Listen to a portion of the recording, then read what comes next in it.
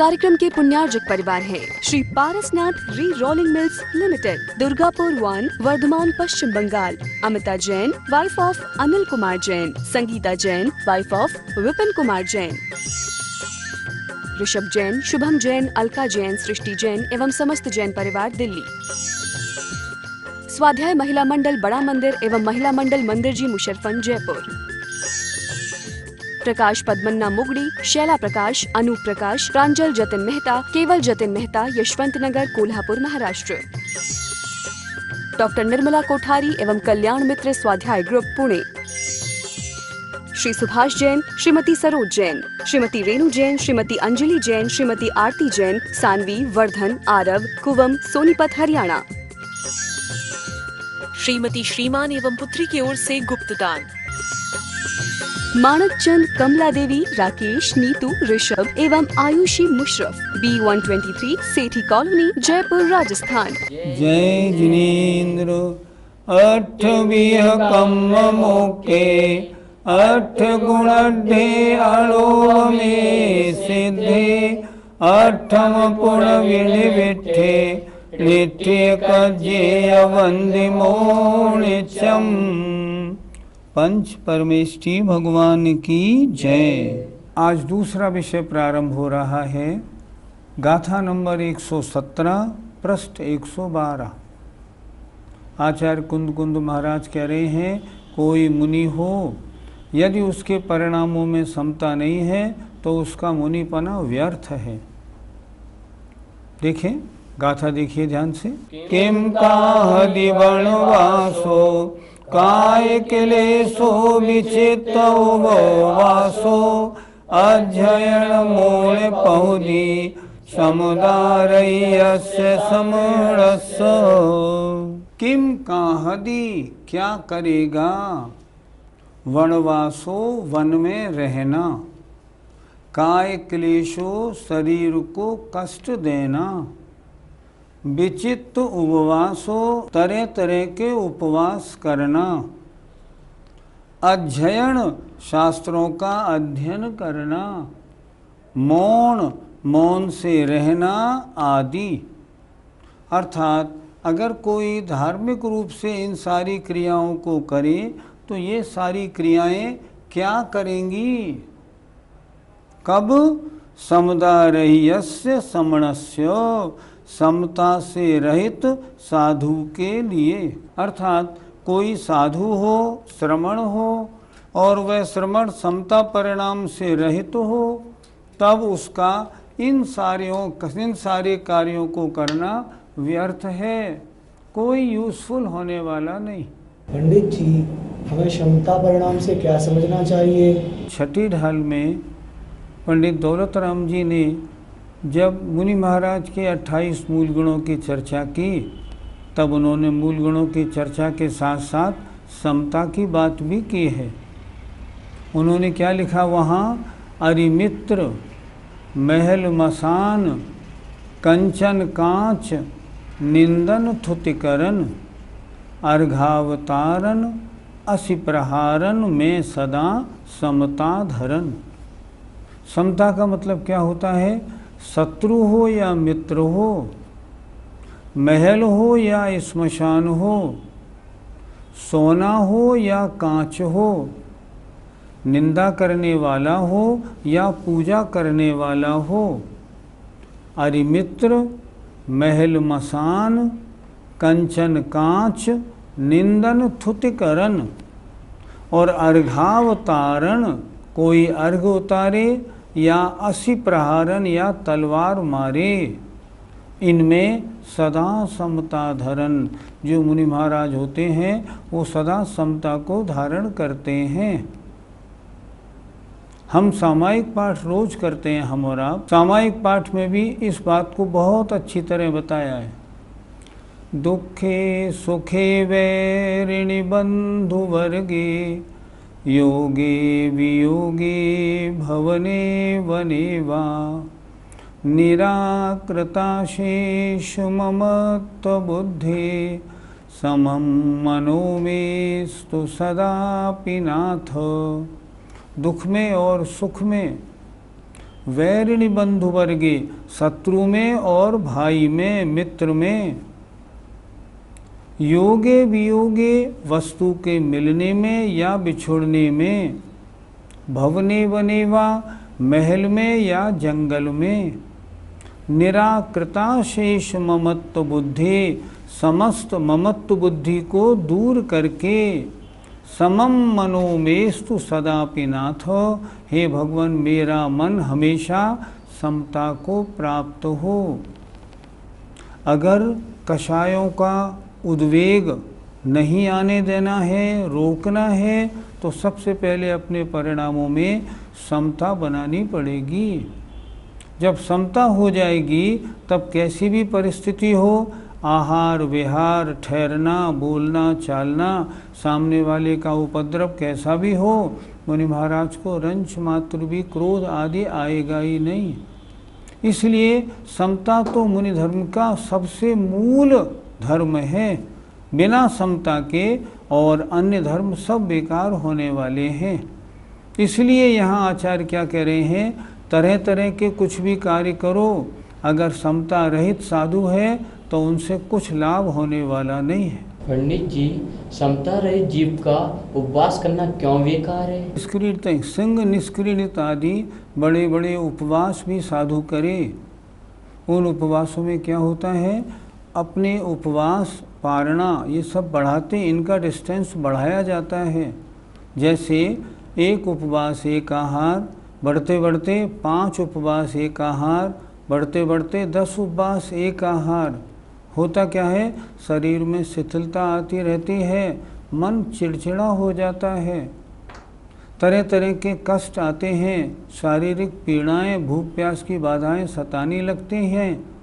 और जब पूरा उपवास करने के बाद जब पारणा का दिन आता है, पारणे के दिन अगर कोई पारणा में जरा सी भी गड़बड़ी करे ना तो एकदम क्रोध आ जाता है, अगर परिणामों में समता नहीं है तो। इसलिए मुनि को चाहिए अगर वो तरह तरह के उपवास करे तो अपने परिणामों में समता भी रखे। उपवास का मतलब होता है अपने आत्मा के समीप वास करना, और उपवास में जो बहिरंग जो परिस्थितियां होती हैं उनका अपने ऊपर असर नहीं पड़ने दिया जाता।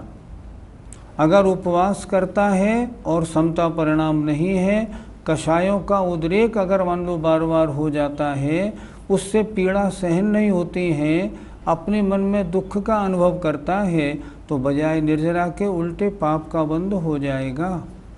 इसलिए अगर समता रहित साधु है तो तरह तरह के बड़े बड़े मुक्तावली, कनकावली आदि उपवास करना भी उसका व्यर्थ है। पंडित जी, विपरीत परिस्थितियों में समता कैसे रखी जा सकती है? जिसने कषायों को जीत लिया है वही तो साधु बनता है।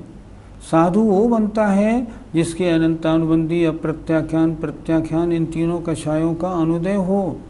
कषायों में तीव्रता नहीं है तब परिणामों में अपने आप समता बनती है।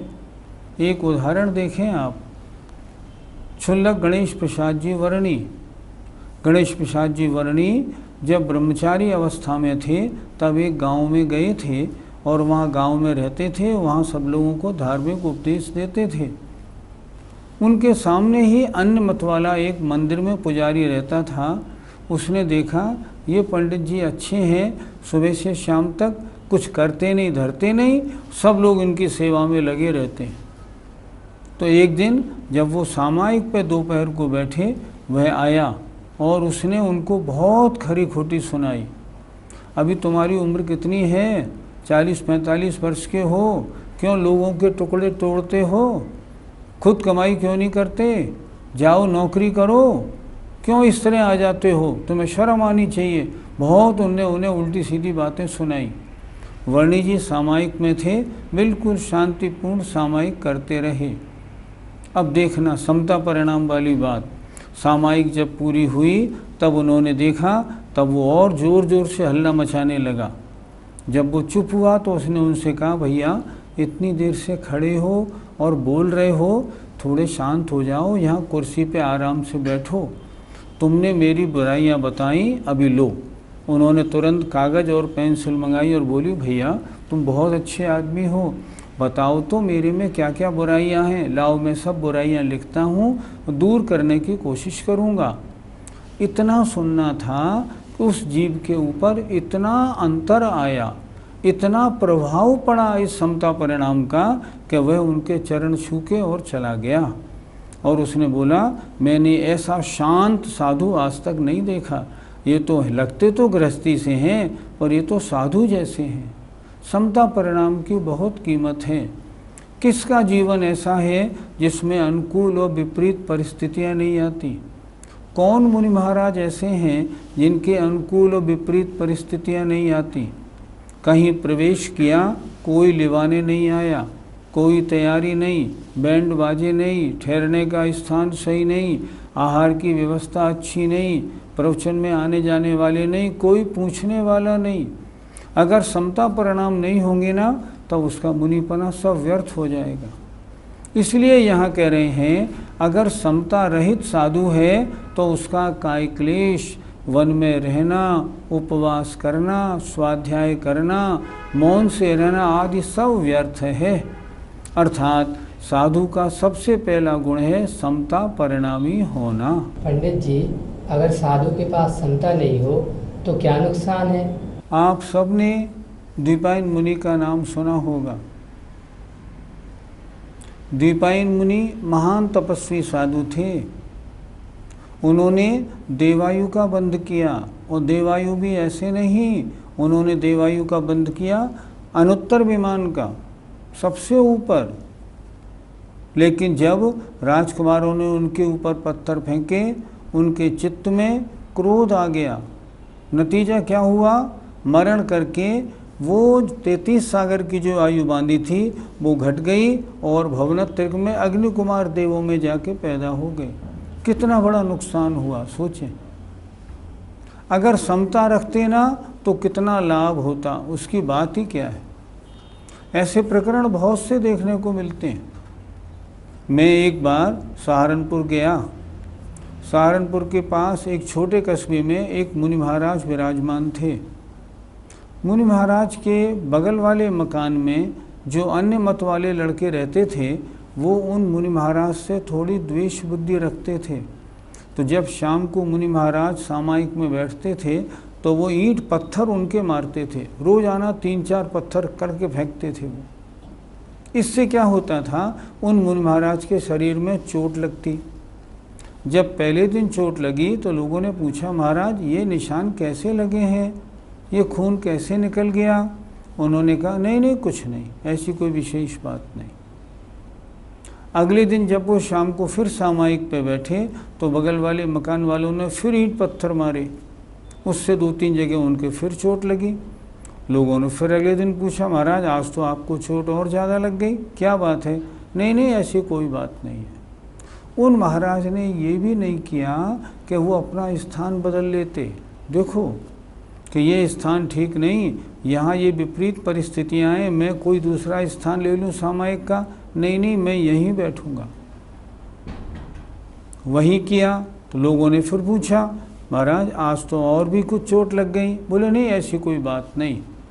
अब लोगों ने समझ लिया कि शाम को जब ये सामायिक पे बैठते हैं तो कोई इनको चोट लगाता है। छुप के देखें, छुप के देखा तो मालूम पड़ा बगल वाले मकान से ईंट पत्थर फेंकने वाले आए। तो जैसे ही वो ईंट पत्थर फेंकने वाले तीसरे दिन आए, सो ही उन लोगों ने हल्ला मचा के उन दोनों लड़कों को पकड़ लिया। पकड़ के वो महाराज के पास ले आए।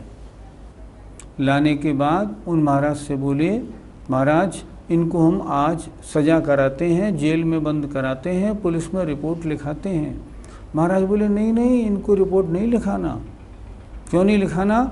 ये तो मेरे बड़े उपकारी हैं, इनकी वजह से मुझे काय क्लेश तप करने को मिलता है, मुझे सहन करना आता है। विपरीत परिस्थितियों में मैं कैसे समता रखूं, ये मैं इन ऐसी परिस्थितियों से तो सीखता हूं। कि नहीं महाराज हम तो बंद करेंगे। बोले नहीं नहीं। तो महाराज फिर इनका हम क्या करें? तो महाराज ने मालूम है क्या कहा? महाराज ने कहा देखो इन दोनों लड़कों को एक एक कुर्ते पजामे का कपड़ा और 21-21 रुपये इनाम में दो। अरे महाराज क्यों? दे दो दे दो। वो दिलवा दिए। कितनी समता थी उन महाराज में। नतीजा क्या हुआ? नतीजा ये हुआ, अगले दिन से वो दोनों लड़के जो अन्य मत के थे महाराज के प्रवचन में आने लगे, और जो जैन धर्म से उनका द्वेष था वो खत्म हो गया। अगर समता परिणाम नहीं होते और वो लोगों से कह के मारपीट और उदम दंगा करवाते तो नतीजा बहुत खराब होता। समता परिणाम गृहस्थी हो या मुनि हो, सबके लिए परम आवश्यक है। इसलिए आचार्य ने कितना अच्छा लिखा है, समता रहित अगर साधु है तो काय क्लेश, वन में निवास करना, व्रत उपवास करना, शास्त्र का अध्ययन करना। अरे शास्त्र के अध्ययन का तो मुख्य उद्देश्य है सुख और दुख में समान परिणाम रखो, ये सब उसका व्यर्थ है। आचार्य कह रहे हैं वास्तव में वंदना गुणों की होती है, शरीर वगैरह की नहीं। गाथा नंबर 118 देखें।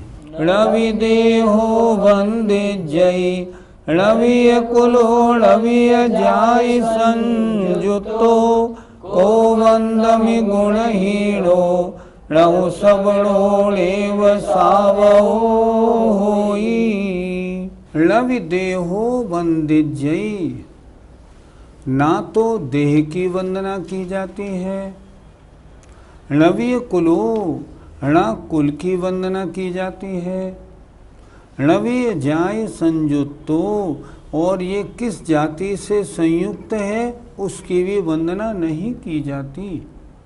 किसी की हम वंदना करते हैं तो शरीर देख के नहीं करते, ये किस कुल के हैं ये देख के भी नहीं करते, किस जाति के हैं ये देख के भी नहीं करते।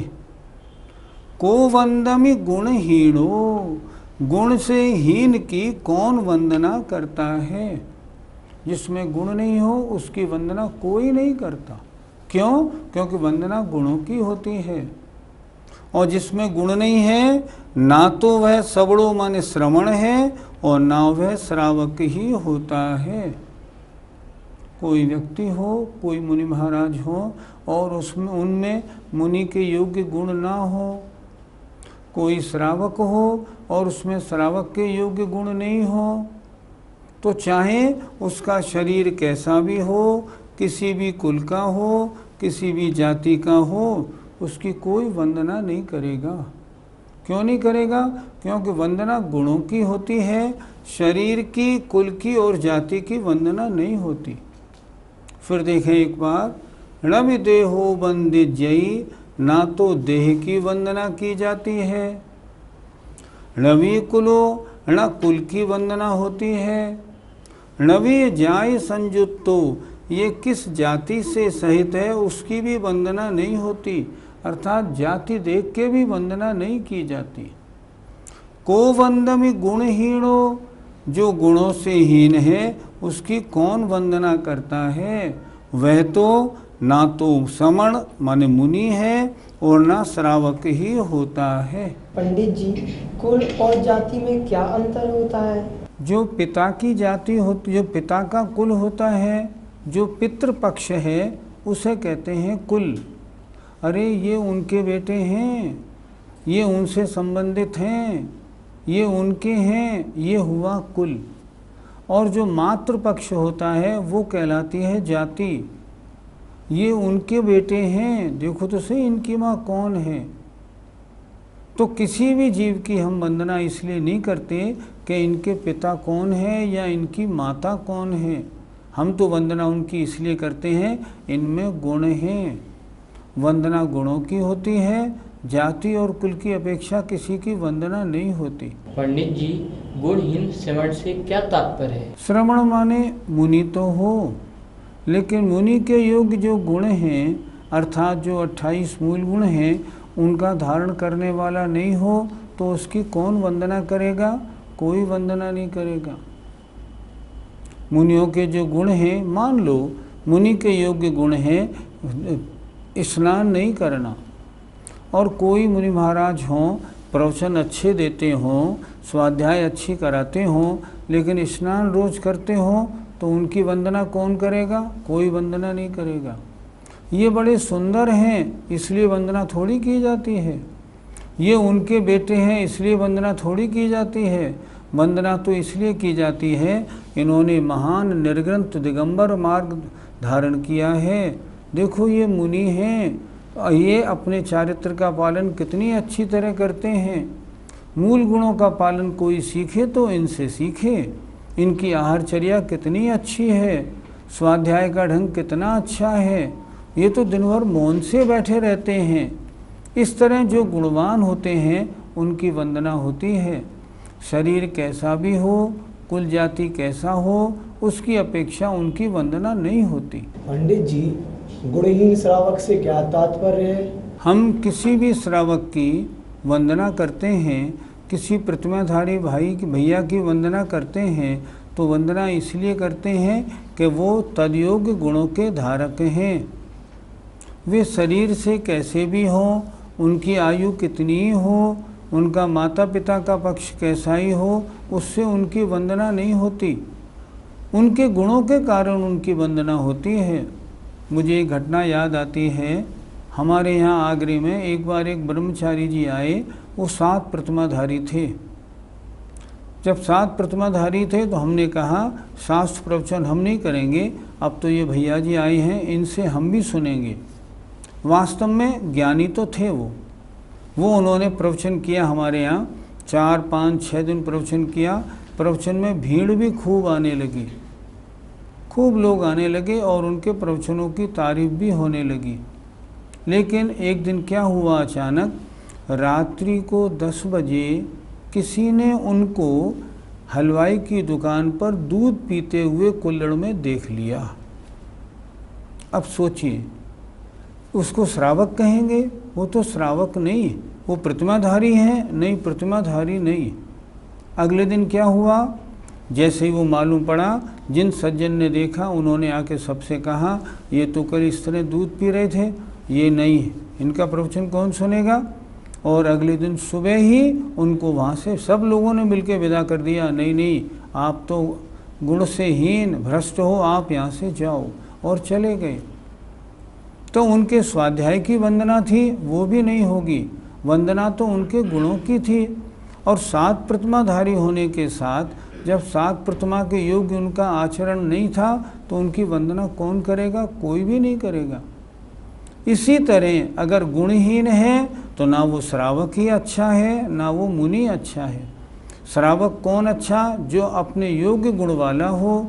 मुनि कौन? जो अपने योग्य गुण वाला हो। वंदना गुणों की होती है, शरीर या जाति कुल की नहीं होती। पंडित जी, क्या शरीर और कुल आदि की कोई कीमत नहीं है? नहीं, कीमत तो है।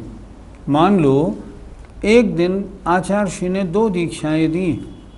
एक दीक्षा साधारण व्यक्ति को दी और एक दीक्षा मान लो किसी राजपुत्र को या किसी करोड़पति अरबपति सेठ को दी। दोनों को एक साथ दीक्षाएं दी और दोनों को मुनिपद धारण कराया। लेकिन लोगों को देखने में आनंद किसको आएगा?